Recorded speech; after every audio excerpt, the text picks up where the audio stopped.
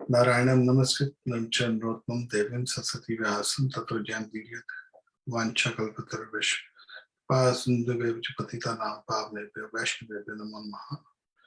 नष्टप्रायेषु भद्रेषु नित्यं भागवत सेवा भगवद्गीता श्रोत्र भक्ति भक्ति नष्ट की।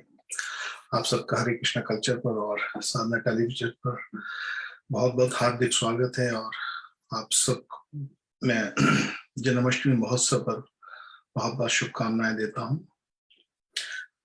और हम पिछले 2 सप्ताह से भगवान के जन्म के विषय में चर्चा कर रहे हैं।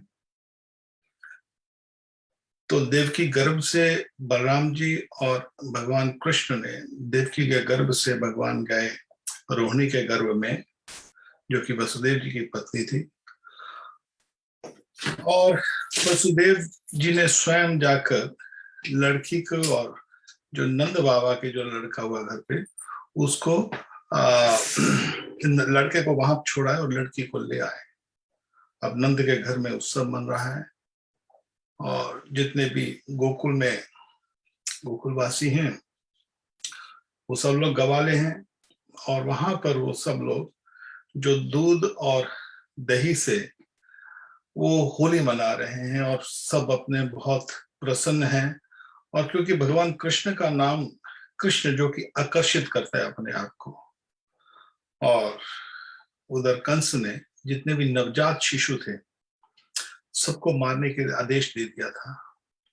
और जब कंस को पता लगता है कि जो नवजात शिशुओं में जो नंद के घर में जो लड़का है गोकुल में, वही कृष्ण है, वही मेरा काल है और वही देवकी का 8वां गर्भ है, तो तुरंत वो पूतना को और शक्टासुर को और दूसरे जो असुर हैं तृणाव्रत को भेजता है ताकि उस लड़के को मार दिया जाए। अब कंस जो है वो भी कृष्ण के विषय में 24 घंटे सोचता है। उसको चिंता है कि वो कृष्ण है, वो काल है, वो 8वां गर्भ है, मेरे को मार देगा। मगर यहाँ पर गोकुल में जो नंदगांव के जितने भी लोग हैं वो सब एक उत्सव में और इतने एक आनंद पूर्वक में रह रहे हैं। तो उनका हृदय जो है भगवान ने सबको मोहित कर दिया है। शुरू से ही भगवान की लीलाओं में ये चर्चा है कि भगवान जो है अपने जो प्राणी है, भगवान चाहते हैं कि हर एक व्यक्ति उनकी शरण में शरणागति ले ले। और हम जीव जो हैं भगवान की शरणागति के बगैर भगवान की माया के अंदर रह रहे हैं। और इस भव सागर में जो भव का अर्थ होता है जन्म और मृत्यु, और ये जो जगह है जिस पर हम रहे, तो पृथ्वी को भव सागर इसलिए कहा गया है कि यहाँ पर जन्म और मृत्यु का ओशन सागर है। यहाँ पर एक जन्म के बाद दूसरा जन्म, एक जन्म के बाद दूसरा जन्म इस भव सागर के अंदर। और जब भी आप देखते हैं कि सागर के अंदर तरंगे होती हैं, there are waves in the ocean, और जो तरंगे होती हैं वो तरंग एक के बाद एक तरंग आती रहती है। और इसी तरह इस भव सागर में जो दुख है, वो दुख और सुख की जो तरंगे हैं वो आती रहती, कभी रुकती नहीं है। कई बार व्यक्ति सोचता है कि जब मैं बूढ़ा हो जाऊंगा तब वृंदावन धाम जाऊंगा या मथुरा जाऊंगा, सब कुछ छोड़कर और आनंद में रहकर तब भक्ति प्राप्त करूंगा। मगर ये कभी समय नहीं आएगा, क्योंकि कि जब तक हम इस संसार में हैं तो हम ये जो सुख और दुख की तरंगे हैं उससे कभी हमसे छुटकारा नहीं पा सकते। उसके छुटकारा पाने का एक ही तरीका है, वो है भगवान की शरणागति, कृष्ण की शरणागति। और कृष्ण ने जो ब्रज में लीलाएं की हैं वो इसीलिए करके दिखाई हैं ताकि जीव उनकी तरफ, उनके साथ किसी ना किसी तरह से संबंध को जोड़ ले। और जब तक हमारा हृदय शुद्ध नहीं होता तब तक भगवान को हम विराजमान नहीं कर सकते। जैसे कोई भी व्यक्ति किसी गंदी जगह पर जाना पसंद नहीं करता। आप देखते हैं जब हमारे इंडिया में तो जब भी बसंत ऋतु होती है या थोड़ा सा गर्मियों का सीजन खत्म होता है तो लोग हॉलीडेज मनाने के लिए जाते हैं। लोग अच्छी से अच्छी जगह पर जाने के चाहते हैं, यहाँ पर प्राकृतिक नियम हो, प्रकृति हो, थोड़ी सी शिमला है, मंसूरी है, ऐसे अलग अलग जगहों पर लोग जाते हैं। किस लिए जाते हैं? ताकि वहां पर स्वच्छ जो है वातावरण मिले। और हर एक व्यक्ति यही चाहता है कि मैं स्वच्छ वातावरण, अच्छे से अच्छी जगह को प्राप्त करूं, मेरा घर अच्छा हो, मेरा खान पान अच्छा हो। हर एक व्यक्ति ये इच्छा करता है। और हम भी, भगवान भी गंदी जगह पे नहीं जाना चाहते। हम नहीं गंदगी जगह पे जाना चाहते तो भगवान कैसे जाएंगे? और जब तक हमारा हृदय शुद्ध नहीं होता तो भगवान नहीं आते।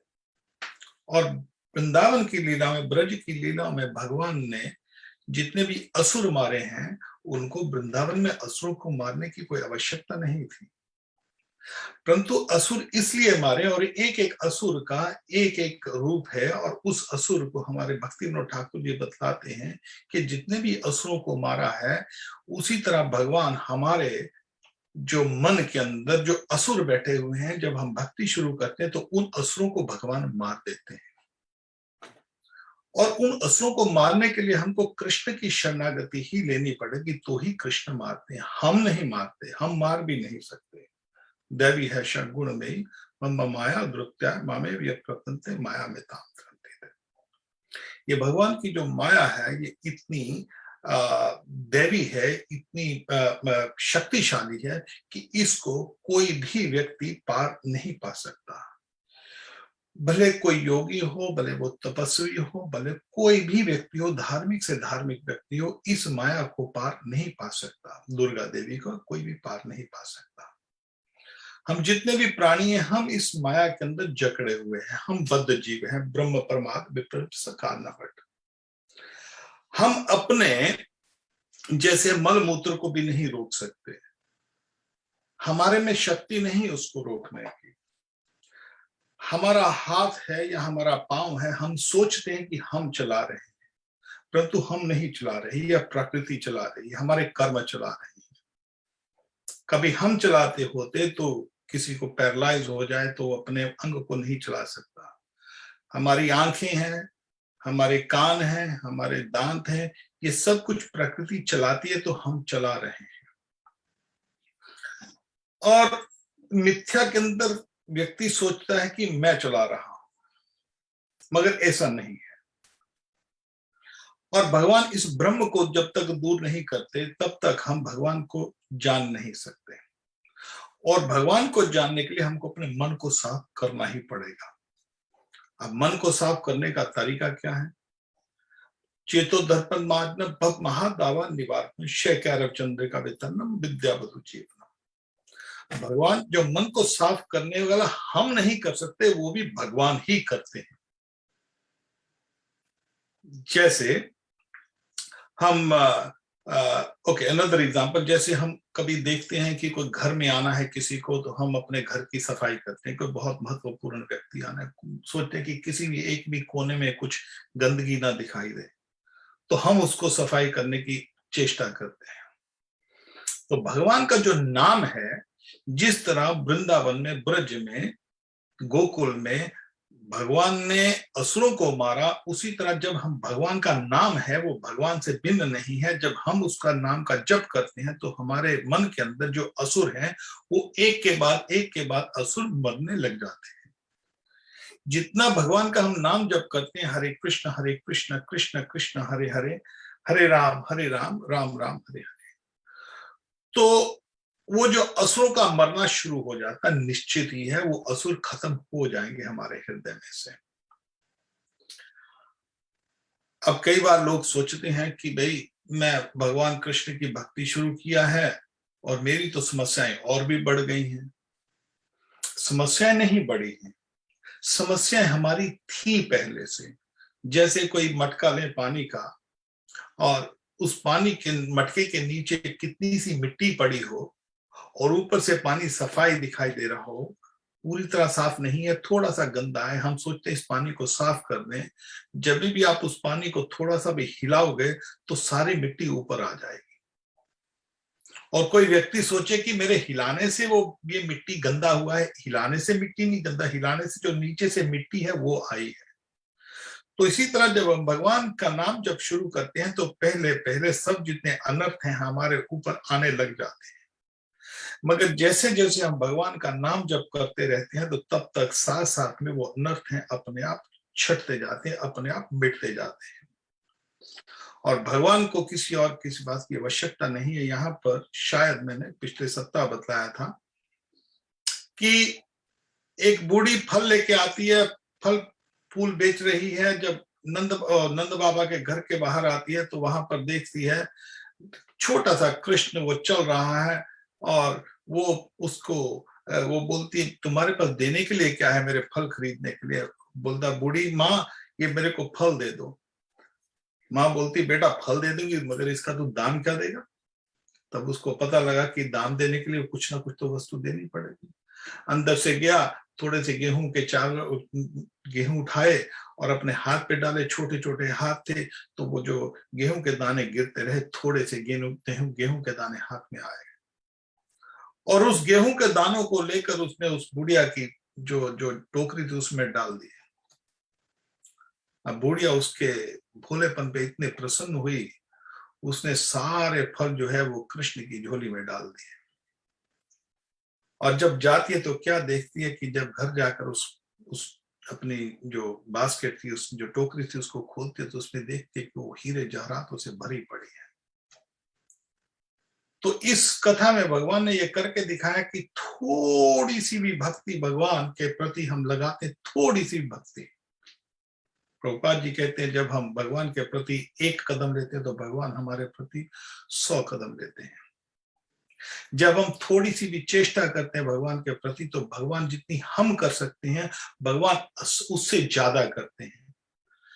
हमारा जो हाथ है इतना छोटा सा हाथ है मगर भगवान का हाथ बहुत बड़ा है। हम अपने हाथों से भगवान को थोड़ा सा देंगे मगर भगवान अपने हाथों से हमको 1000 गुना, लाख गुना देते हैं। भगवान के हाथ बहुत बड़े हैं और हमारे हाथ बहुत छोटे हैं।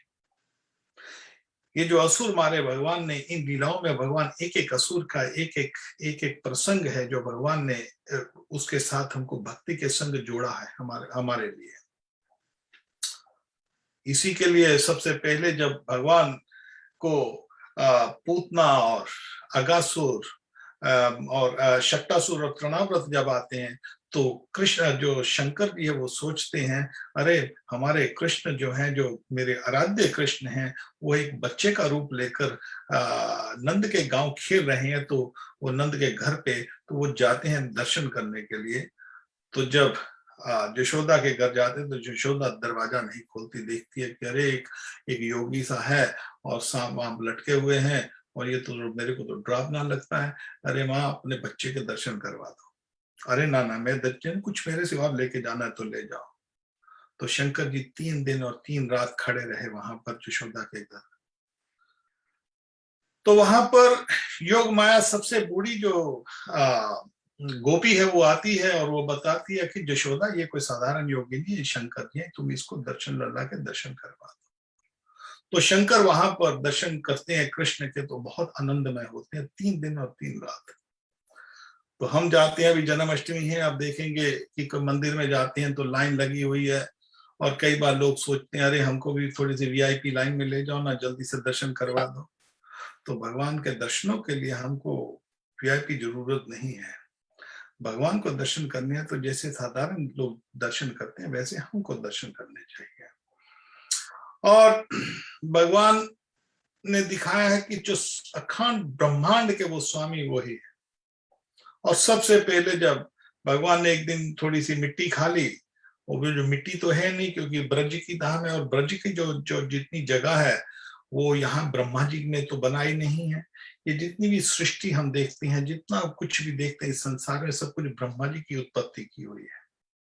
परंतु जो 84 कोस जगह है, 168 माइल जगह जो है ब्रज की, जो 12 वन है वहां पर, वो जो वन है, जो 12 वन है वृंदावन के, जो वृंदावन में उनमें एक वन है। तो ब्रज की जो 84 कोस जगह है वो गोलोक धाम से आई है, बैकुंठ से आई है। और ये जो साधारण मिट्टी की तरह दिखाई देती है मगर वो है नहीं। चिंतामणि प्रकृत वसु कल्प वृक्ष लक्षा वृक्षेतु। यहाँ पर जो ब्रज की धाम है, मिट्टी है, वो चिंतामणि है। और भगवान जब मिट्टी खा रहे हैं तो ये साधारण मिट्टी नहीं, जो ये जगह की मिट्टी है।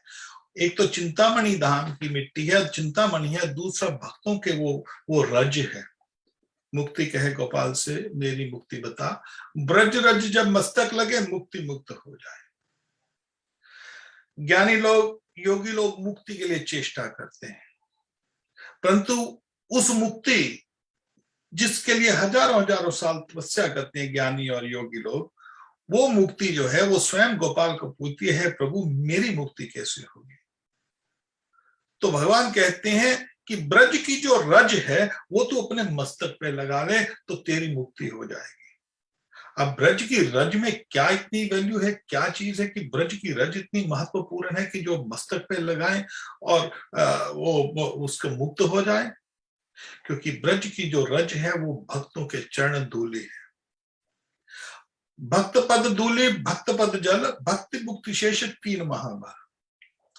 जो भक्त के जो पांव की जो धूल है और भक्त के पांव का जो जल है और भक्तों की जो जूठन है, ये तीनों भक्ति के महाबल हैं। इससे भक्ति बढ़ जाती है। जैसे हम किसी का जूठा खाते हैं तो जैसा किसी का जूठा खाएंगे वैसे उनके कर्म हमको लग जाते हैं हमारे, इसीलिए किसी का जूठा नहीं खाना चाहिए। जूठा खाओ तो भगवान का जो नैवेद्य खाओ, भगवान का जो नैवेद्य लगा हुआ, भगवान को जो भोग लगा है उस जूठन को खाते हैं। तो क्योंकि को वो जो जूठा है वो भगवान का खाया हुआ है, जब वो हम खाते हैं तो हमको हमारा हृदय वो शुद्ध हो जाता है। तो भगवान ने मिट्टी खाई और जो गोपों ने और बलराम जी ने बोला, मां देखो मिट्टी खाई है कृष्ण ने। तो यशोदा बोलती है, अल्लाह दिखा, अपना मुंह खोल। मैंने मिट्टी खाई नहीं। और भगवान झूठ बोल भी नहीं रहे क्योंकि वो मिट्टी है ही नहीं, वो चिंतामणि धाम है वो।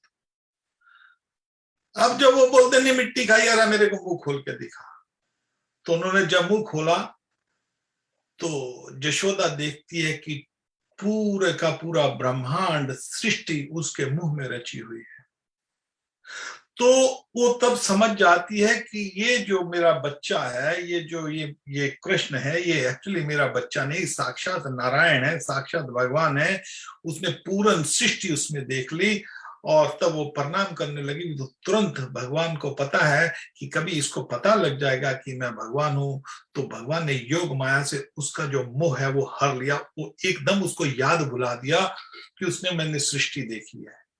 तो एकदम वो भूल जाती है। उस ब्रह्मांड को देखने के बाद भगवान जानबूझकर यशोदा को भुला देते हैं, क्योंकि कभी रह जाता कि उसको याद रह जाता कि ये कृष्ण जो है, मेरा जो लाला है, ये मेरा बच्चा नहीं, ये तो भगवान है। तो उसका जो उसके साथ जो वात्सल्य भाव है वो खराब हो जाता। देवकी को पता है कि वो नारायण है, यशोदा को नहीं पता कि वो नारायण है, ताकि वो उसके साथ एक संबंध जो है वो रखे। और भगवान ने ये जो आगे लीला क्या करते हैं कि एक दिन वो यहाँ पर असंख्य लीलाएं करते हैं भगवान। वहां पर कृष्ण और बलराम दोनों खेलते हैं और गैया, क्योंकि गवालों का गांव है, तो वहां पर दूध दही माखन एक दूसरे पे उछालना और दूसरी गोपियों के घर जाकर भगवान कृष्ण ने उनका जो दूध है वो मटकों में रखा हुआ है या जो माखन है उसको तोड़ना फोड़ना, शरारत करनी। और ये जो सब कुछ है भगवान में पहले होता है, हमारे में भी, हमारा भी मन करता है कोई जब बचपन में कोई शरारत करे, तो ये सब कुछ भगवान से ही उत्पत्ति होती है। और ठाकुर जी वहां पर जब गोपियां आती हैं और बतलाती हैं, यशोदा तुम्हारा बेटा मेरे घर पर आकर मेरे माखन मेरा चुराता है, मेरी मटकी में से माखन चुरा लेता है या दूध की मटकी फोड़ देता है। तो वो बोलते भी, मेरा बेटा तुम्हारे घर माखन क्यों खाएगा जाके? अरे हमारे घर 9 लाख गाय है, एक आध गाय हो, जो 10 20 50 हजार 50 गाय हो या 1000 गाय हो तो बात अलग है। यहाँ पर तो 9 लाख गाय है। अरे 9 लाख गाय जो है, उसका 9 लाख गांव में से गाय का जो दूध होता था, तो भगवान को यशोदा क्या करती थी, उनमें से एक सबसे श्रेष्ठ गाय कृष्ण के लिए रखी थी। उस गाय को 9 लाख गाय का जो दूध होता था उनमें से थोड़ा थोड़ा दूध लेके 1000 गाय को पिलाती थी। 1000 गाय का 100 गाय को, 100 का 10 को, 10 का 1 को। वो जो श्रेष्ठ गाय थी वो कृष्ण और बलराम के लिए रखी थी यशोदा ने। तो बोलती अरे श्रेष्ठ गाय है तो मेरा बेटा आपको क्यों जाएगा। तो कई बार यशोदा उसको डांटती थी तो कृष्ण बोलता अच्छा नहीं जाता। तो जब कृष्ण नहीं जाते थे तो जो गोपियां थी वो कृष्ण के विरह में वो रोती थी, अरे कृष्ण आया नहीं मेरे घर आज। तो एक एक गोपी सोचती थी कि मेरे घर में कृष्ण नहीं आए आज। तो अब इसी भाव में छोटे छोटे से बच्चे हैं, छोटे कृष्ण और छोटे बलराम, तो अभी माँ का दूध भी पी रहे हैं छोटे छोटे बच्चे। और हमारे में देखते हैं कि आजकल तो माएं दूध ही नहीं पिलाती बच्चे को। और हमारी जो वैदिक संस्कृति, हमारा सनातन धर्म है, तो बच्चा जब 5-5, 6-6 साल का हो जाता तब भी दूध पीता था। ये वात्सल्य भाव था और इसीलिए जो प्रेम होता था माँ और बच्चे में प्रेम होता था वो बढ़ता था। मगर आजकल जो माएं हैं वो दूध तो पिलाना बात छोड़िए, कुत्ता बिल्ली को स्वयं पालेंगे और जो अपना बच्चा है वो आया को देंगे, वो मेड सर्वेंट पालेगी बच्चे को। तो बच्चे का और माँ का प्रेम कैसे हो सकता है। बच्चे का और माँ का प्रेम तो दूध से होता है। और कृष्ण अभी चलते फिरते हैं और एक दिन दूध पी रहे थे तो वहां पर जो यशोदा ने कृष्ण के लिए दूध उबला भी रखा हुआ था। तो जो दूध है वो उबल रहा था। तो वहां पर जो जो जो वृंदावन है वहां पर पर जगत में जो दूध, हर एक चीज पर्सनल है। दूध में भी जान है, यहाँ पर दूध में जान नहीं होती। जो परा जगत है वो अलग है। तो दूध जो सेवा के लिए लगा था कृष्ण के लिए, वो सोचता है कि आज कृष्ण जो है वो केवल यशोदा का दूध पी रहे हैं, स्तनपान कर रहे हैं और मेरा भोग नहीं लगाएंगे तो मेरा रहना ही व्यर्थ है। क्यों ना मैं अपने आप को अग्नि में कूद कर आत्महत्या कर लूं। तो वो जो दूध उबलने लगा ये सोचकर कि मैं अपनी अग्नि में डालकर आत्महत्या कर लूं कि मेरे जीवन का कोई लाभ नहीं, तो तुरंत यशोदा उठती है, अरे ये कृष्ण के लिए दूध उबाल रही है। तो यशोदा ने कृष्ण को अपने छाती से उतारा और भागी दूध को बचाने के लिए। तो कृष्ण यहाँ पर गुस्से हो जाते हैं यशोदा से, अरे क्या माँ तेरे को मेरे से दूध प्यारा है क्या। यहाँ पर कृष्ण यशोदा को दूध प्यारा नहीं था, ये दूध कृष्ण के लिए ही था, इसीलिए वो भागी थी। मगर कृष्ण कहते हैं अरे तेरे को दूध प्यारा था। तो कृष्ण गुस्से में, छोटे से कृष्ण हैं, छोटे छोटे पांव हैं, छोटे छोटे हाथ हैं, और कृष्ण उससे वो जो आजू बाजू जो मटकियां पड़ी थी उसको छड़ी से तोड़ देते हैं। तो यशोदा उसके पीछे पीछे भागती है, अरे तो इतना नटखट हो गया, सब कुछ तोड़ रहा है। तो छड़ी लेकर यशोदा उस कृष्ण के पीछे भाग रही है, उस जो असंख्य सृष्टि के ब्रह्मांड के स्वामी है उसके पीछे छड़ी लेके भाग रहे हैं। और वो भी ऐसे व्यवहार कर रहे हैं जैसे एक छोटा सा बच्चा डर जाता है। तो यशोदा करती है, ला तेरे को मैं, अभी तो इतना नटखट हो गया, ला तेरे को मैं बांध देती हूँ। तो यशोदा उसको ओखल से बांध देती है। अब ओखल से बांधने लगी तो जब ओखल से बांधा, देखती है, रस्सी उठाती है और रस्सी उठा के जब बांधती है तो रस्सी तो लपेटती है, एक ही बल लपेटती है तो रस्सी 2 उंगली छोटी रह जाती है। अरे दूसरी गोपी को पूछती है, अरे बहन ला मेरे को रस्सी दे, मैं कृष्ण को बांधूं। तो वो रस्सी को बांध के, गांठ बांध के दोबारा फिर बांधने लगती है और फिर वो रस्सी 2 उंगल छोटी पड़ जाती है। अब मां गुस्से में है कृष्ण के साथ। दूसरी बार फिर दूसरी गोपी को बोलती है, अरे गोपी लेके आओ रस्सी, अभी इसको बांधती हूं मैं, ये बहुत नटखट हो गया, बहुत तंग करता है। हर बार रस्सी से बांधने की चेष्टा करती है मगर रस्सी 2 उंगल छोटी रहती है। उसका कारण क्या है। कारण यह है कि कृष्ण अखंड ब्रह्मांड के स्वामी है, उसको बांधना इतना आसान है क्या। उसको वो बंध जाएंगे ना। तो हमारे जो वैष्णव आचार्य हैं वो बताते हैं कि 2 उंगली का जो भेद है वो पहला ये कि उस भगवान को प्राप्ति के लिए जो भक्त है उसको चेष्टा करनी पड़ती है, प्रयास करना पड़ता है, ट्राई करनी पड़ती है। अरे प्रभु मैं किसी ना किसी तरह आपको प्राप्त कर लूं, आप तो बड़े बड़े योगियों के हाथ में नहीं आते, आप बड़े बड़े ज्ञानियों को भी आपका पता नहीं है, मगर भगवान कृष्ण को पता है कि वो जो देवी देवता है, ब्रह्मा जी, शंकर जी जैसे जो बड़े बड़े देवता, उनको पता कि कृष्ण ही भगवान है। दुर्गा जैसी जो सृष्टि की स्वामिनी है, उसको पता कि कृष्ण भगवान है। मगर अपने प्रयास के बाद भी एक ही व्यक्ति से, एक ही बात से कृष्ण को बांधा जा सकता है, जब कृष्ण अपने आप को बंधवाते हैं। कृष्ण की कृपा के बगैर कृष्ण को नहीं जाना जा सकता। हम सोचते हैं कि हम कर रहे हैं, मगर हम नहीं कर रहे हैं। हमारे हाथ, हमारे पांव, हमारे आंख, ये भगवान की प्रकृति चला रही है, तो चल रहे हैं। और भगवान की प्राप्ति के लिए भगवान की जो भक्ति भी कर रहे हैं, भगवान हमसे करवा रहे हैं, इसीलिए हमारी भक्ति हो रही है। और भगवान की कृपा जब तक नहीं होती, तब तक भगवान को बांधा नहीं जा सकता। तो अब जो भगवान है, चेष्टा करने के बाद जब उन्होंने उसको बांध दिया, भगवान बोलते ठीक है, तूने बहुत ट्राई किया यशोदा, बहुत प्रयत्न किया मेरे को पकड़ने का, मेरे को बांधने का, अच्छा मेरे को तू बांध दे। जब वो बंध जाते हैं तो यशोदा थोड़ा सा कहीं पर जाती है, अच्छा ठीक है अब तू यहाँ पर बैठा दे, जैसे बच्चे को डांट कर। तो यशोदा कुछ और काम करने के लिए चली जाती है, तो वहां पर दो वृक्ष थे, बड़े बड़े दो वृक्षों के बीच कृष्ण लेके जाते उस ओखल को खींचकर, और उस ओखल में से जाकर कृष्ण जब उसमें से चलते हैं तो दोनों वृक्ष धड़ाम से गिर जाते हैं। अब इतने बड़े बड़े पुराने से वृक्ष और भगवान की कृष्ण की ओखल से गिरा दिए गए, तो जो दूसरे छोटे छोटे बच्चे थे वो देखते हैं, अरे कृष्ण ने ये दोनों वृक्ष गिरा दिए। तो जब आवाज आती है तो यशोदा भागी आती है, अरे क्या हुआ क्या हुआ, देखती है कि दो बड़े बड़े वृक्ष गिरे पड़े हैं। एक्चुअली जो वृक्ष थे, उससे वो दोनों, वो कुबेर के दो बच्चे थे। कुबेर के जो दो लड़के थे, नल कुबेर और मणिग्रीव। नल कुबेर और मणिग्रीव को धन की बहुत ही अपने को, उनको घमंड था, उनको श्राप था जो हमारे नारद जी का दिया हुआ।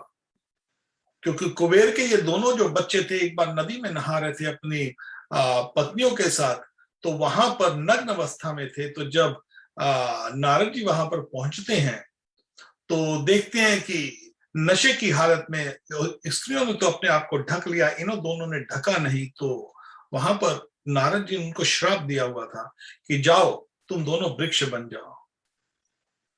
और वो दोनों आकर दोनों नारद जी के पांव में पड़ते हैं, अरे प्रभु हमने तो बहुत गलती कर दी, हमने अपराध कर दिया आपके चरणों में, आप हमारा उद्धार कीजिए। तो बोलते हैं ठीक है, 432 करोड़ साल के बाद जब कृष्ण आते हैं इस धरा के ऊपर, इस पृथ्वी के ऊपर, अगली बार जब उनका यहाँ पर लीला होगी, तो तब तुम वहां पर वृक्ष बनोगे और तुम्हारा उद्धार जो होगा भगवान कृष्ण के हाथों से होगा। तो यहाँ पर दो चीजें आपको देखनी पड़ेंगी। पहली बात, जब कोई वैष्णव साधु किसी को श्राप देता है तो श्राप के पीछे कुछ ना कुछ उसका मतलब होता है, किसी ना किसी तरह वो भगवान के चरणों में लग जाए। साधु का अर्थ केवल यही होता है कि किसी ना किसी तरह, ये ना के ना प्रकार ना कृष्ण अन्वेषित, किसी ना किसी तरह वो कृष्ण के चरणों में लग जाए। तो नारद जी का श्राप जो मणिग्रीव नल कुबेर को वो वृक्ष बन के बना, और भगवान कृष्ण ने उनको जब दोनों को, जब वो वृक्ष टूटते हैं तो उनमें से दोनों कुबेर प्रकट होते हैं, तो कृष्ण के चरणों में वो प्रणाम करते हैं, उनकी स्तुति करते हैं दोनों, हे प्रभु आपकी कृपा से हमारा उद्धार हो गया। और उनको भगवान की भगवत प्राप्ति होती है, भगवान का धाम प्राप्त हो जाता है। और इनका जो घमंड क्या था, इनको अपने धन का घमंड था कि हमारे पिताजी इतने अमीर हैं, उनके पास इतना धन है। तो इसी तरह हमारे अंदर जब धन का घमंड होता है, पैसे का घमंड संसार में होता है लोगों को, और इस घमंड को तोड़ना पड़ता है। और भगवान अपने भक्तों के मन में से ये घमंड को तो अवश्य ही निकाल देते हैं।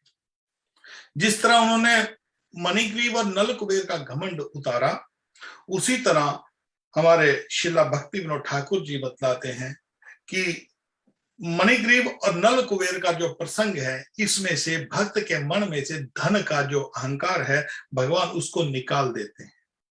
और भगवान को प्राप्त करने के लिए इस दामोदर की जो घटना थी वो दिवाली के दिन हुई थी। और दिवाली के दिन ये जो घटना हुई थी, ये कुंती जो पांडवों की जो माँ थी, 5 पांडवों की जो माँ कुंती भुआ लगती थी कृष्ण की। और कुंती जो थी वो गोकुल में ही थी वो दिन, जिस दिन ये घटना हुई थी।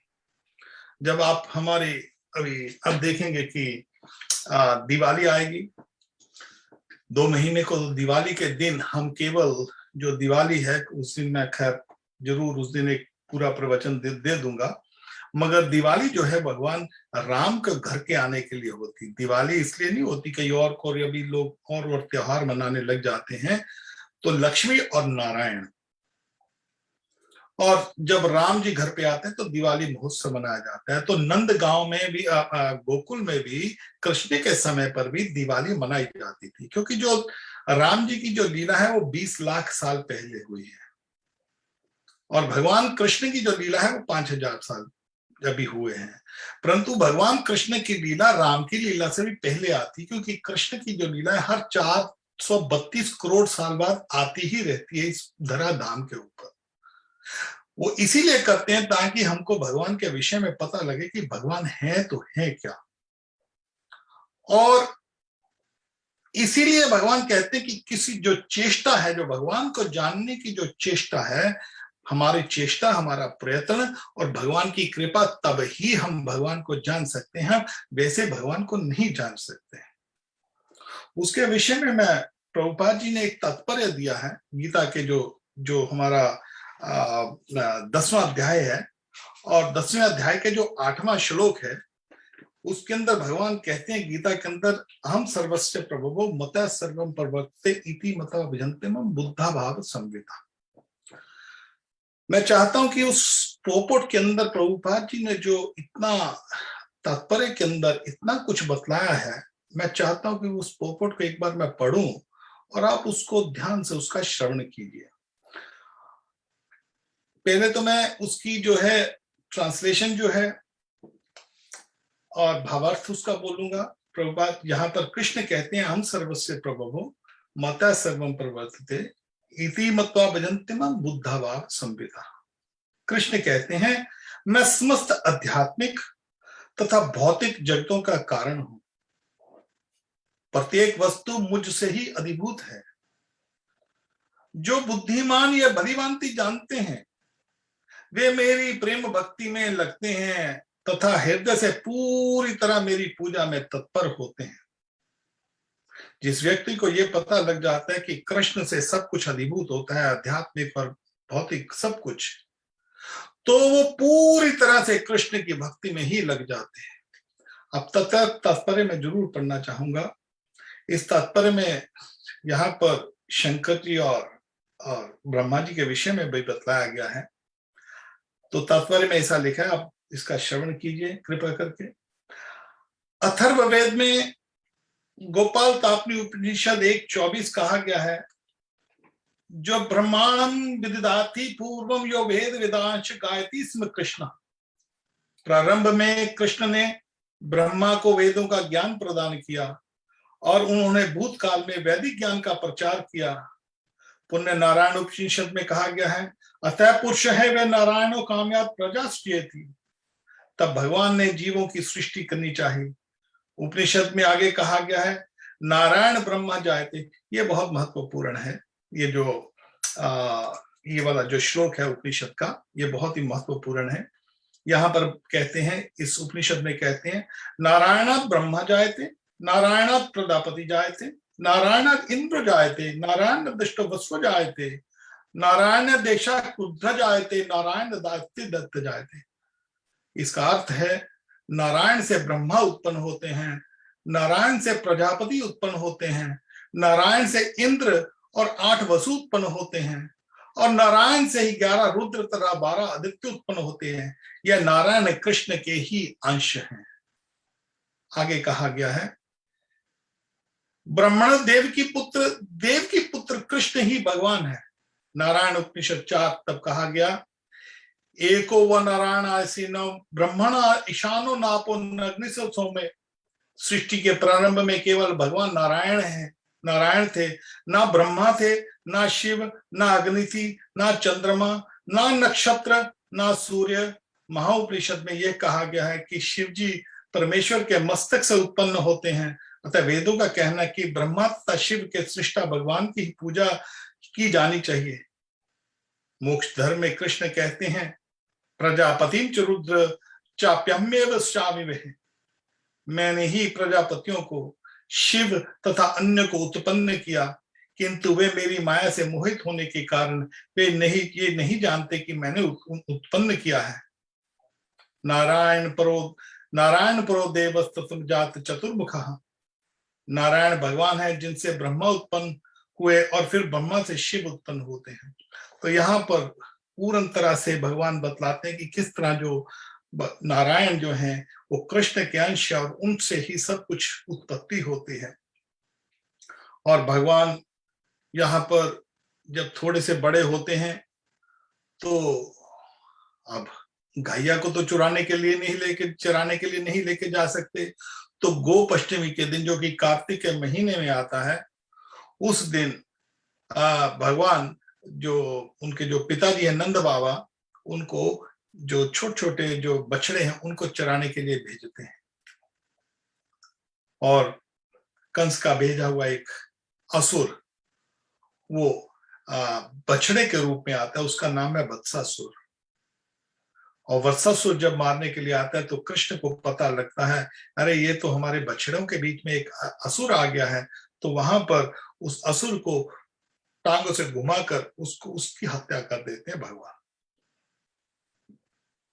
अब इसी के साथ एक बार जब कृष्ण अपने जो मित्र हैं उनके साथ, जब वहां पर रोज ही पिकनिक होती है एक्चुअली, क्योंकि यहाँ पर साधारण जीवन में आप देखते हैं कि लोग बच्चे जो हैं उनको स्कूल जाना पड़ता है और स्कूल में जो टीचर है उसकी डांट सहनी पड़ती है और घर में अपने माँ बाप की डांट सहनी पड़ती है 24 घंटे की, अरे तू पढ़ता नहीं है, बच्चों को डांटते हैं। तो एक बच्चों का जो जीवन है वो बहुत कठिन है।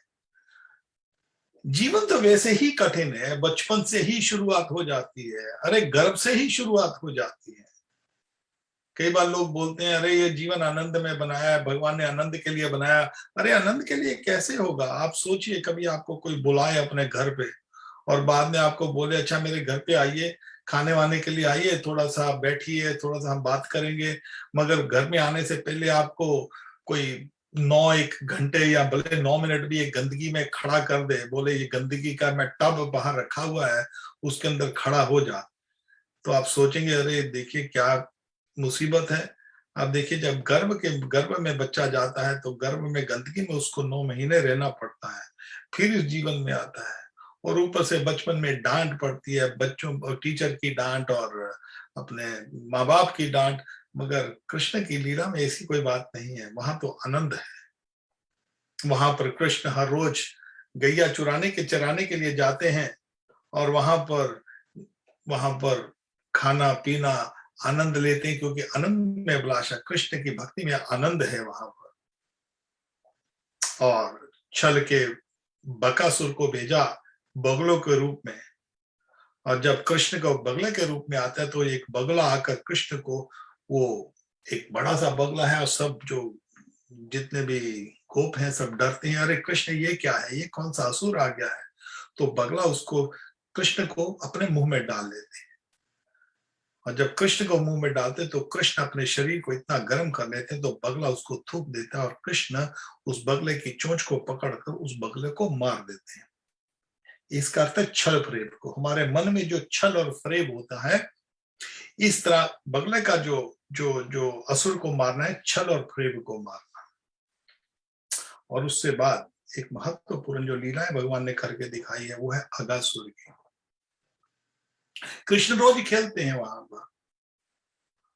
अब अगासुर जो है उसने अपना एक विशाल रूप प्रकट किया, एक सांप का, और पाइथन जो होता है, जिसको जो उसको बड़ा सा, उसका 8 मील लंबा वो बड़ा था, उसने अपना मुंह इतना बड़ा विशाल कर दिया कि अब बच्चे जो थे, गोप थे, उनको पता ही नहीं था ये क्या है। वो बोलते, कोई गोप बोलता है अरे ये तो सांप की तरह लगता है दूर से, कोई बोलता है अरे नहीं नहीं सांप नहीं है, ये तो वैसे ही कोई पहाड़ी सी है, हम इधर खेलते हैं जाके अंदर, वहां से बदबू भी आ रही थी।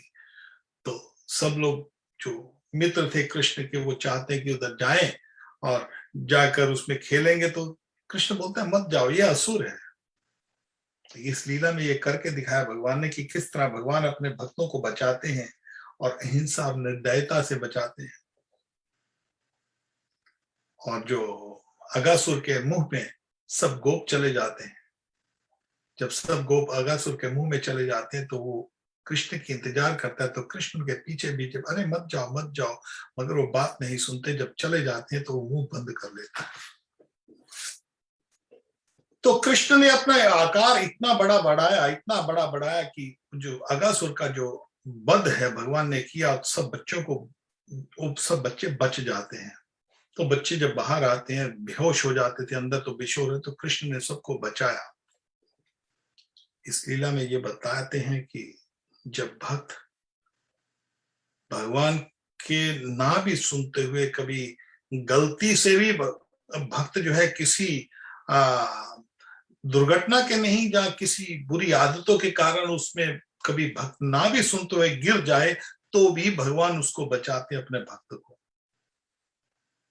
जानबूझकर उन्होंने गलती की, भक्त कभी जानबूझकर भी गलती कर देता तो भी भगवान उसको छोड़ते नहीं है, क्योंकि भगवान का जो सबसे बड़ी कमी है उनका प्रेम, उनका भक्तों के संग प्रेम। तो भगवान अपने भक्तों को उस अगासुर के मुंह से बचाते हैं। तो इसलिए हमको हमेशा ये पूरा भरोसा होना चाहिए कि भगवान है हमारी, अवश्य कृष्ण रक्षति, हमारे कृष्ण जो है अवश्य रक्षा करेंगे। मैंने जो आपको शुरुआत में ही बतलाया था, कई बार जब हम सोचते हैं अरे मैं भक्ति कर रहा हूँ, इतने संकट है, इतनी समस्याएं हैं, वो खत्म नहीं हो रही, क्यों नहीं खत्म हो रही? अरे हम तो केवल यही जीवन को देख रहे हैं, ये जीवन 40 50 60 साल ये जीवन में हमने देखे हैं, मगर हमारे कितने कितने करोड़ों करोड़ों करोड़ों जन्म पीछे के हैं, हमने कितने कितने जन्मों का पीछे पाप किया होगा, हमको वो पता नहीं है। और कृष्ण चाहते हैं कि इसी जन्म में इसको निकल जाए ये जन्म में से। एक मेरे को घटना याद आती है कि कोई वृंदावन में एक साधु, मेरे को नाम याद भूल गया अभी उनका, तो वो साधु जो थे उन्होंने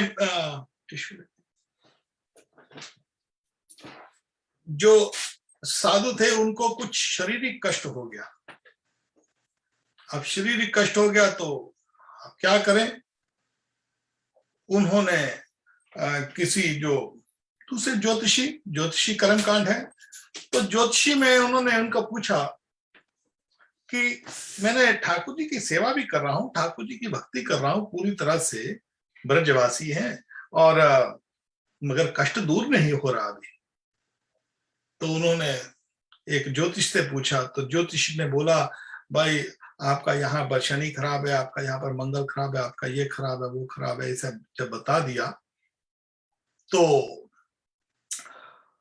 अब उसने कहा क्या करें? उन्होंने बोला ये विधि कर लो, ठीक हो जाओगे। और उसने वो विधि की तो वो ठीक होगा। अब ठीक हो गए, ठाकुर जी की भक्ति करते हैं। ठाकुर जी की भक्ति करते हुए ठाकुर जी सपने में आते हैं, अरे मूर्ख तूने बहुत बड़ी गलती कर दी, अरे मेरे को क्या पता नहीं है तू कौन से कष्ट में जा रहा है, अरे इतने से भयानक कष्ट है, तेरा शारीरिक कष्ट खत्म नहीं हो रहा, तू मेरे से पूछ रहा है हर रोज आकर कि मेरा शरीर का कष्ट दूर कर दीजिए, कष्ट दूर कर दीजिए, कष्ट दूर कर दीजिए, और मेरे को पूरी तरह से पता है तेरे को क्या कष्ट है, परंतु मैं चाहता था कि ये कष्ट अभी का भी भुगत कर, इसी जन्म में भुगत कर तू यही जन्म मेरे पास वापिस आ जा। अब तूने उस कष्ट का निवारण तो कर दिया, मगर अभी तेरे को 3 जन्म और लेने पड़ जाएंगे। ज्योतिष की विद्या से तूने कष्ट का निवारण तो कर लिया, मगर उसके लिए अब मेरे बस की बात नहीं, अभी तेरे को उनका भुगतान तो तेरे को करना पड़ेगा, पिछली जो चीजें की हुई है। हाँ, भगवान ये जरूर कर देते हैं, कई बार कोई चीज बड़ी है उसको छोटी कर देते हैं, उसकी अवधि छोटी हो जाती है। जैसे कोई व्यक्ति को जेल किया हो, उसको उसको 70 साल की जेल हो, तो कभी उसको बोले अच्छा ठीक है भाई 7 दिन के बाद तेरे को निकाल दिया जाएगा, तो 7 दिन तो कष्ट भेजना करना ही पड़ेगा ना, पेपर वर्क तैयार करना पड़ेगा उसको। एकदम तो है नहीं कि एकदम कोई किसी का 70 साल की जेल हो और उसको निकालने के लिए अभी उसको मैजिस्ट्रेट की लेटर आएगी या उसकी लेटर आएगी, एक दूसरे की जो जो भी आजकल इंटरनेट से जो भी होगा, लेटर एक्सचेंज करने के लिए अप्रूवल होने के बाद 2-4 दिन का समय लगेगा, 4 दिन का। अरे जब तक का समय लगता है पेपर वर्क दूर होगा, तब तक तो काम होना पड़ेगा ना। तो ठाकुर जी जब हमारे जो कष्ट दूर करेंगे, ये संसार दुखमय है, यहाँ पर तरंगे जो हैं, जो वेव्स हैं, ओशन की जैसे वेव है, चलती ही रहेंगी, कभी ओशन में कभी वेव खत्म नहीं होती है। तो इस बात को हमको जान लेना चाहिए कि जब तक हम सागर में, ओशन में है, तब तक waves will be keep going up and down, up and down. सुख और दुख की जो तरंगे हैं वो चलती ही रहेंगी, चलती ही रहेंगी। जन्म से शुरू होती है, मृत्यु तक हमारी ये तरंगे कभी खत्म नहीं होगी। और हमको नहाना है तो इन्हीं तरंगों के अंदर ही नहाना पड़ेगा। हमको भगवान की भक्ति करनी तो इन्हीं तरंगों के अंदर ही करनी पड़ेगी। कभी समुद्र कभी शांत नहीं होता है, और इसीलिए कृष्ण के ऊपर भरोसा कर कर और कृष्ण की जब भक्ति में आनंद आने लग जाता है, तो संसार में जो मोह है अपने आप छूट जाता है। कृष्ण सूर्य स्मारमा है, अंधकार जहां कृष्ण तहां नहीं माया अधिकार। और जब कृष्ण हमारे जीवन में आ जाते हैं तो कृष्ण रोशनी है, तो धीरे धीरे अंधकार अपने आप भागने लग जाता है। मगर इसके लिए हमको वेट तो करने, उत्साह निश्चय धैर्य, हमको उत्साह भी चाहिए, निश्चय भी चाहिए, धैर्य पेशेंस जरूर चाहिए। कृष्ण की भक्ति के अंदर देखिए, देवकी ने पेशेंस, सबसे बढ़िया पेशेंस देवकी ने दिखाई है। देवकी के कितने कष्ट आए, देवी के 6 पुत्रों की हत्या कर दी गई कंस के द्वारा, मगर देवकी ने कभी अपना कृष्ण के प्रति भरोसा नहीं तोड़ा। और इसी तरह जितने भी जो भी भक्त कृष्ण का नाम लेते हैं, हरे कृष्ण कृष्ण कृष्ण हरे हरे, हरे राम राम राम हरे हरे, जो भी भक्त कृष्ण का नाम लेते हैं, भले वो एक माला कर रहे हैं, भले कोई नहीं भी कर रहा, मगर कृष्ण में बहुत फंसा हुआ हूं, मैं भी चाहता हूं कि मैं भी हरे कृष्ण का महामंत्र का जप कर सकूं। प्रभुपाद जी ने जो जप दिया है संसार में सारे, ये हमारा कोई इस्कॉन का या प्रभुपाद जी का मंत्र नहीं है, ये तो शास्त्रों का मंत्र है। चैतन्य महाप्रभु ने हरिनाम दिया हुआ है। इस हरिनाम का जो भी व्यक्ति जप कर रहा है, इस्कॉन में है, इस्कॉन के बाहर है, कहीं पर भी है, जो भी व्यक्ति जब नहीं भी कर रहा मगर वो इच्छा प्रकट करता है, प्रभु मैं इतना पापी हूं कि मेरे से नाम जप भी नहीं हो रहा, तो समझ लीजिए उसकी भक्ति शुरुआत हो गई है। समझ लीजिए भगवान को पता है कि ये मेरा भक्त है, ये कृष्ण का नाम लेना चाहता है, मेरा नाम लेना चाहता है, मगर अभी ले नहीं रहा, तो समझ लीजिए उसको, उसके ऊपर कृष्ण की जो कृपा है वो प्राप्त हो गई उसको। और जो नाम जप कर रहा है उसके ऊपर तो डेफिनेटली सर्टेनली कृष्ण को पता है कि ये मेरा भक्त है, इस सिचुएशन में फंसा हुआ है, मगर कृष्ण आराम से उसको समय के हिसाब से उसको निकाल लेते। मैंने आपको एग्जांपल दी थी, जब जब सुनार कभी कोई गहना बनाता है तो उसको ठोकता है, उसको तेजाब में डालता है, उसको जलाता है, उसको गर्म करता है, उसको सोल्डरिंग करता है, उसको कितने कितने प्रोसेस से ले जाकर सब तैयार कर देता है।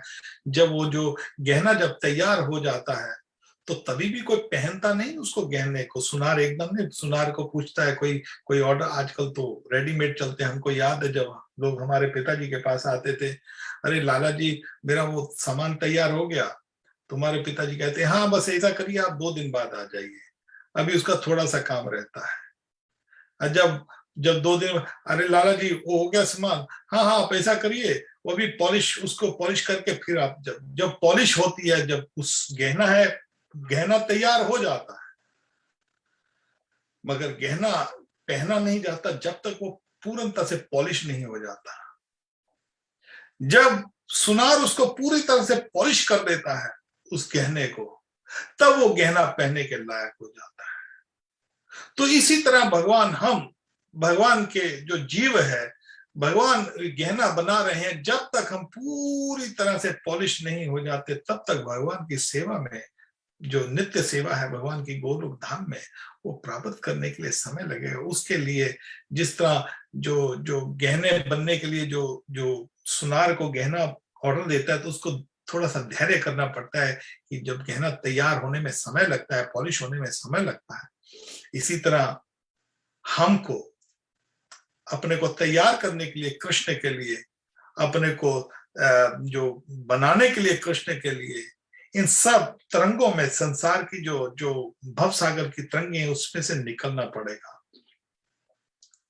और भगवान ने अपने इस लीलाओं में बतलाते हैं कि मेरी प्राप्ति करनी है तो ब्रह्मा जी जैसे जो बड़े बड़े देवता हैं, जब उन्होंने देखा कि कृष्ण है वो खेलते हैं, तो एक दिन कृष्ण गोपों के साथ गैया अपना अपना घास खा रही हैं, और जो गोपाल बाल थे, जो कृष्ण के जो साथी थे, वो हर रोज, क्योंकि सबकी माँ अपना अपना एक मटका दे देती थी, उसमें जो कड़ी है, चावल है, खीर है, और जहाँ लड्डू है, सब कुछ, जो भी साग है, सब कुछ बांध के देती थी। तो अपने अपने सब लेके आते थे। तो जब सब साथी जब गैया चारण करते थे, तो सब लोग वहां पर बैठ जाते हैं, और ये कृष्ण की पिकनिक हर रोज मनाई जाती है।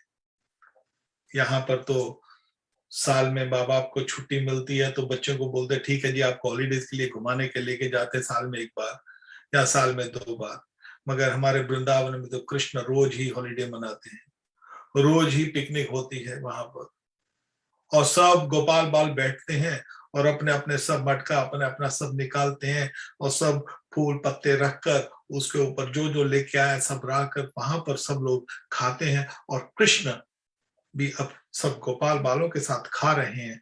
तो उनकी जो उंगलियां, छोटे छोटे बच्चे हैं, और वहां पर उंगलियों में से जैसे कुछ गिरता है, जब खाते हैं तो बच्चे के हाथ में से भी निकलता है। यहाँ से कई बार आप देखेंगे मंदिर में, कभी बच्चे को चरणामृत दो, तो उसको, बच्चे को पता है, तो बच्चे के हाथ में से चरणामृत नीचे गिर जाता है। तो कृष्ण है सब ऐसे गोपाल बालों के साथ खा रहे हैं। तो ब्रह्मा जी के मन में जो शंका आती है, ब्रह्मा जी को पता है कि वो कृष्ण है, ब्रह्मा जी को पता है कि भगवान साक्षात वहां पर लीला कर रहे हैं, मगर ब्रह्मा जैसे व्यक्ति को भी भगवान की लीलाएं मोहित कर देती हैं। और जब ब्रह्मा जी देखते हैं, तो ब्रह्मा जी क्या करते हैं कि तभी तुरंत वहां पर जब देख रहे हैं, तो गोपाल बाल जो गैया को वो चुरा लेते हैं ब्रह्मा जी। तो सब गोपाल देखते हैं, अरे कृष्ण, हमारी गैया कहाँ गई? अरे इधर गई होंगी किधर, वृक्ष के नीचे, वो वृक्ष के नीचे। अरे नहीं नहीं, कहीं दिखाई नहीं दे रही। तो गोप जाते हैं, तो कृष्ण बोलते हैं मैं देख के आता हूँ। जब गैया को देखने के लिए जाते, तो ब्रह्मा जी वहां से जो गैया को और बछड़ों को और जो गोप थे सबको चुरा के ले जाते हैं। और कृष्ण जब देखते हैं, जब वापिस आते हैं, देखते हैं कि वहां पर ना गाय है और ना बछड़े हैं, और ना वहां पर उनके साथी हैं, गोप हैं। तो तुरंत उनको पता लग जाता है, अरे ये तो ब्रह्मा लेके गया है। अब ब्रह्मा तो कुछ सेकंड के लिए लेके गया था, मगर तब तक ये पृथ्वी का जो समय है वो 1 साल निकल जाता है।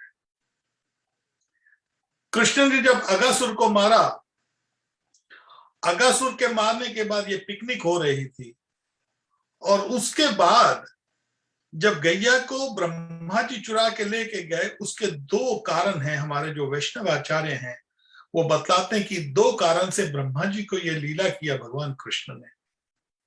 सबसे पहला कारण यह था कि जितनी भी गोपियां थी ब्रज में, नंद गांव में जो गोपियां थी, क्योंकि अब कृष्ण नंद गांव में रह रहे हैं, गोकुल में नहीं रह रहे थे, क्योंकि नंद बाबा के भाई जो जो उपनंद थे जिनका नाम, वो एक दिन कहते हैं कि अरे नंद को, अरे नंद, ऐसा है कि गोकुल में तो बड़े बड़े राक्षस आ रहे हैं कृष्ण को मारने के लिए, हम ऐसा करते हैं किसी सुरक्षित जगह पे चलते हैं, सेफ प्लेस पे चलते हैं। कहां पर जाएं? अरे वृंदावन में चलते हैं, वहां पर वृंदावन के नजदीक गोवर्धन है, जमुना जी भी वहां पर है, पानी की समस्या नहीं है, और वहां पर वन बहुत अच्छे हैं, और गैया के लिए चारण के लिए सामान बहुत है, हम उधर चलते हैं। तो नंदगांव में, यहाँ पर अब कृष्ण नंदगांव में रह रहे थे, और नंदगांव में पहाड़ी थी। वो जो पहाड़ी है वो एक्चुअली शंकर जी का साक्षात रूप है। जैसे गोवर्धन है, भगवान नारायण साक्षात कृष्ण हैं, जैसे सनातन धर्म में ब्रह्मा जी, विष्णु और महेश, तो यहाँ पर जो गोवर्धन है वो साक्षात नारायण है, और जो नंदगांव है वो शंकर जी हैं, और जो बरसाना में जो पहाड़ी है वो ब्रह्मा जी स्वयं बन जाते हैं उस पहाड़ी को। और यहाँ पर अब जो अगासुर को मारने के बाद ब्रह्मा जी जब उसको देखते हैं तो ब्रह्मा जी सोचते हैं चुरा के ले जाते हैं, मगर वहां पर इसलिए चुरवाया भगवान ने क्योंकि जितनी भी नंदगांव में जितनी भी गोपियां थी वो सोचती थी, हे कृष्ण, कोई ऐसा दिन होता, यशोदा कितनी अच्छी है कि यशोदा के घर कृष्ण के पैदा हुए, काश मेरे घर में कृष्ण पैदा होते तो मैं भी यशोदा की तरह कृष्ण को स्तनपान करवाती। अरे कृष्ण कभी मेरा बच्चा होता, वहां पे गैया जी थी, तो सब गाय जो थी, गांव की जो गाय थी, क्योंकि वहां पर नंद है, उपनंद है, वृषभानु है, सबकी गाय हैं, तो सब सोचते थे कि कभी कृष्ण मेरा बच्चा होते तो मैं भी इनको दूध पिलाती। तो कृष्ण ने गौओं की इच्छा पूरी करने के लिए, अरे गौ, तुम चाहती थी कि जो नंद की 9 लाख गाय हैं कृष्ण केवल उनका दूध पीता है, नहीं मैं आपका दूध भी पीऊंगा।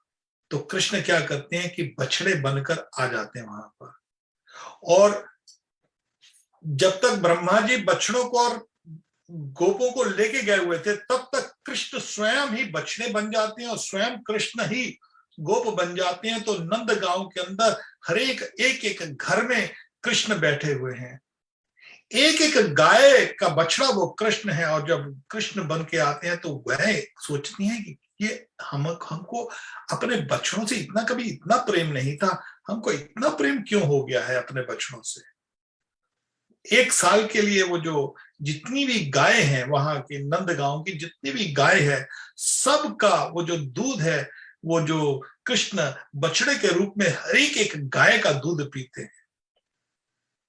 और जितनी भी गोपियां हैं वहां पर, वो सब का कृष्ण बच्चे बनकर उनका स्तनपान करते हैं।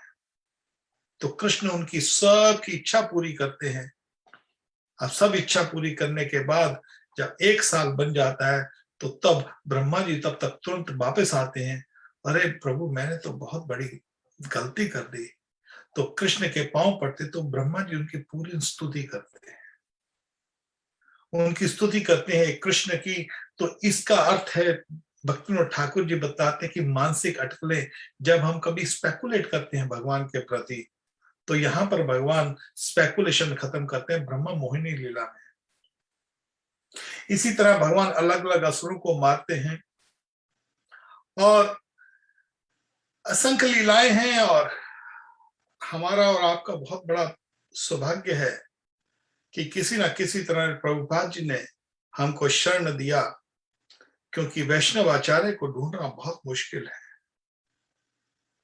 ऐसे साधु को जो कृष्ण की पूर्ण शरणागति ले ऐसा साधु ढूंढना बहुत मुश्किल मिलता है। और हमारा भाग्य इतना अच्छा है कि हमारी जो गुरु संप्रदाय है, जो कि ब्रह्मा जी से चलती आ रही है, ब्रह्मा जी से नारद, नारद जी से जो वेद व्यास से मध्वाचार्य, और हमारी लाइन चैतन्य महाप्रभु गौड़िया लाइन जो है, ये इतनी आनंदमय लाइन है। और भक्तिविनोद ठाकुर और भक्ति सरस्वती ठाकुर महाराज, इन्होंने हमारे को जो दिया है, और जो जितना भी सिद्धांत है प्रभुपाद ने अपनी पुस्तकों में डाल दिया है। और प्रभुपाद जी ने कहा है कि कभी, इसीलिए उन्होंने जो ये पुस्तकों के लिए उन्हें सेपरेट बीबीटी बना दी थी, कभी मान लो सब मंदिर बंद हो जाते हैं, जैसे देखें आप देखते हो कि कैसे अभी अफगानिस्तान में कैसा कैसा चल रहा है सिस्टम। तो प्रभुपाद जी ने इंडिया में हमारे में जो जब जब मुगल राज था 800 साल, एक काफी मंदिर तोड़े गए, काफी कुछ हुआ। तो प्रभुपाद जी ने कहा कि कभी मान लो कुछ हो जाए ऐसा, मान लो मंदिर बंद हो जाए, मान लो कुछ मंदिरों में खराबी हो जाए, तो जो मेरी पुस्तकें हैं उसमें जो कृष्ण का ज्ञान जो मैंने दिया है, केवल उनको पढ़कर व्यक्ति कृष्ण की शरणागति ले सकता है। कई बार लोग सोचते हैं कि हम ऐसे पढ़कर भी हो सकता है, हाँ, क्योंकि जो शिक्षा गुरु है, जो शिक्षा है, गुरु जो है बापू और वाणी दो तरह से गुरु होता है। बापू होता है पर्सनली जब आप देखते हैं, और वाणी, गुरु की जो वाणी है, जो वाणी है वो बापू से ज्यादा इंपॉर्टेंट है, ज्यादा महत्वपूर्ण है।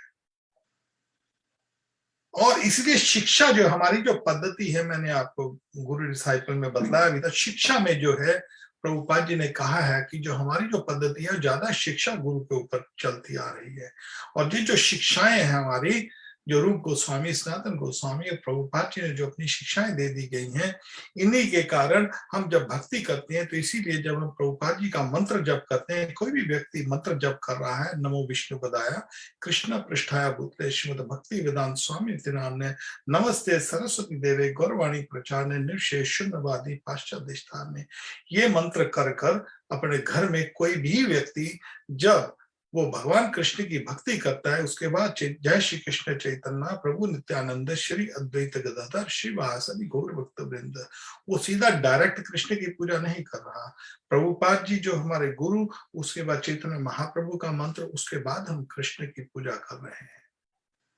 तो कोई भी व्यक्ति कहीं पर भी, भले जंगल में भी रह रहा हो, कभी वो प्रभुपाद जी की जो मूर्ति है, जो गुरु की मूर्ति, जो कृष्ण की जो मूर्ति है, नाम चिंतामणि कृष्ण चैतन्य रस विग्रह पूर्ण सिद्ध नित्य मुक्तो भिन्नात नाम नामिनो, भगवान कृष्ण की जो मूर्ति, भगवान कृष्ण का नाम, ये भिन्न नहीं है।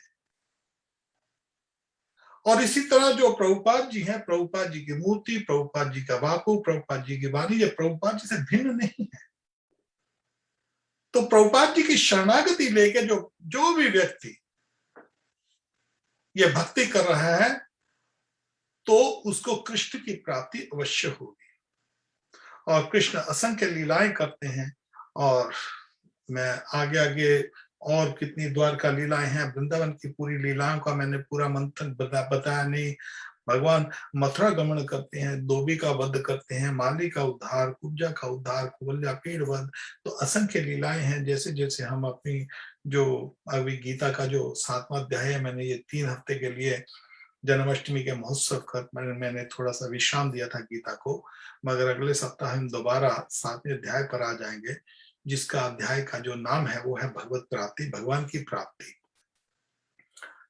तो मेरा आपसे निवेदन है कि आप प्रभुपाद जी की जो पुस्तकें हैं उनको पढ़ते रहिए, और भगवान का जो चैतन्य महाप्रभु ने जो नाम दिया है हमको, हरिनाम जो है, हरिनाम ही हमारे मन को शुद्ध करेगा।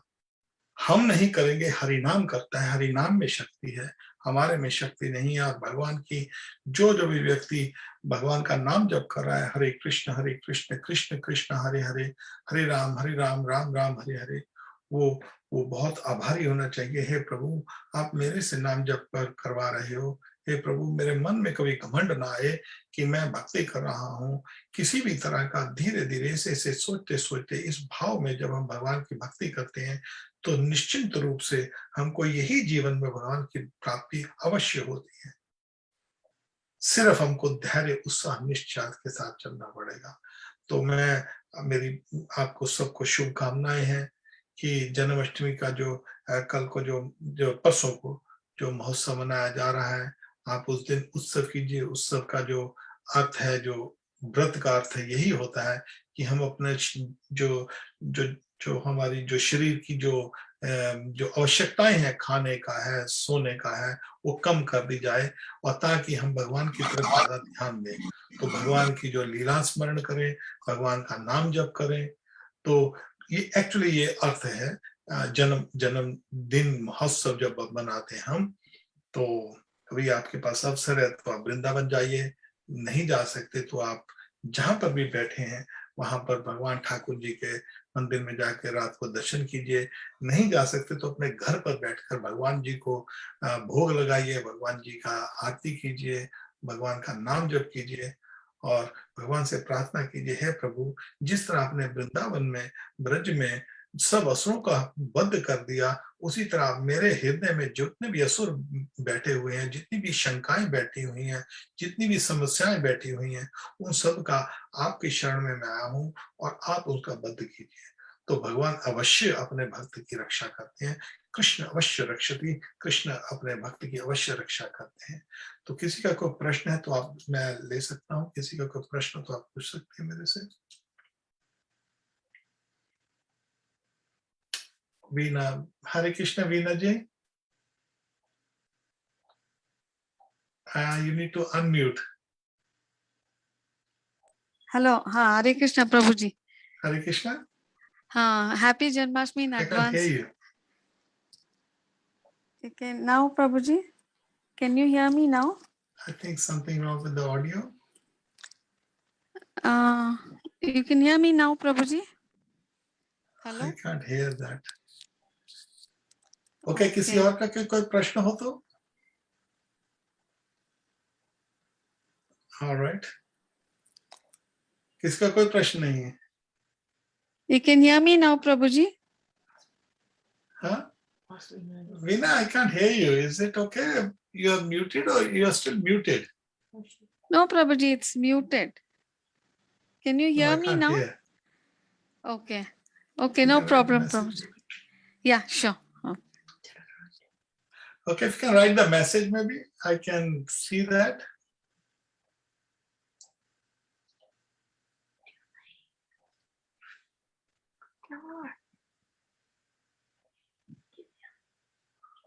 All right. So I can't hear you.